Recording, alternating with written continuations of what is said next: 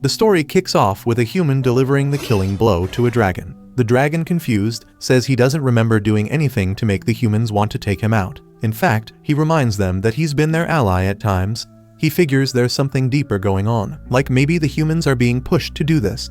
But instead of making excuses, he accepts his fate and dies, thinking maybe he's lived too long anyway. He knows this ain't the right end for a divine dragon, especially one who's been around since the age of gods. But in the end, he thinks maybe it's not so bad if one divine dragon goes out like this.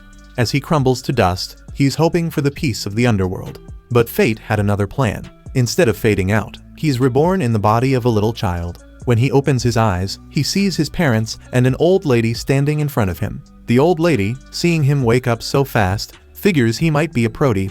His father, full of pride, says of course he's my son. His mother gives him the name Dolan. She introduces him to his father and older brother. Then the story jumps ahead years into the future. We catch up with a grown Dolan staring at the sunset, and a girl named Ari walks up to take him home. He smiles at her, and she asks what's on his mind. Dolan tells her it's nothing, and they both head back to the village.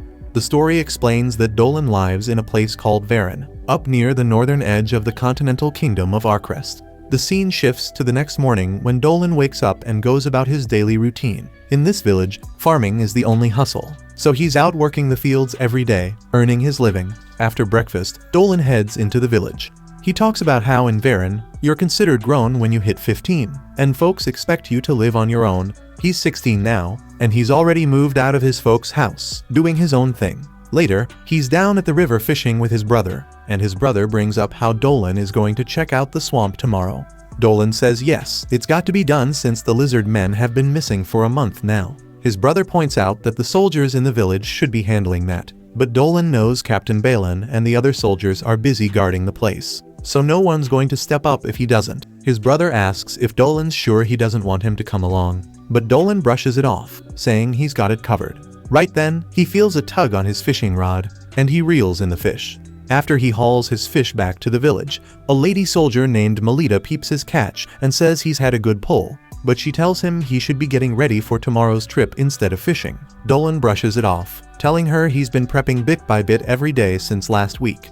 He thanks her for helping convince the chief to greenlight the mission. Melita shrugs it off, saying it's no big deal since Dolan's always helping train the soldiers. Dolan asks her and the dude with her, Albert, if they're headed out. They tell him they're off to a meeting about the kids' next training session, and Albert says Dolan shouldn't sweat them, he should focus on tomorrow's expedition. After that, Dolan heads home and salts the fish to keep them fresh. Later, Ari pulls up, reminding him it's magic practice day. Dolan wonders if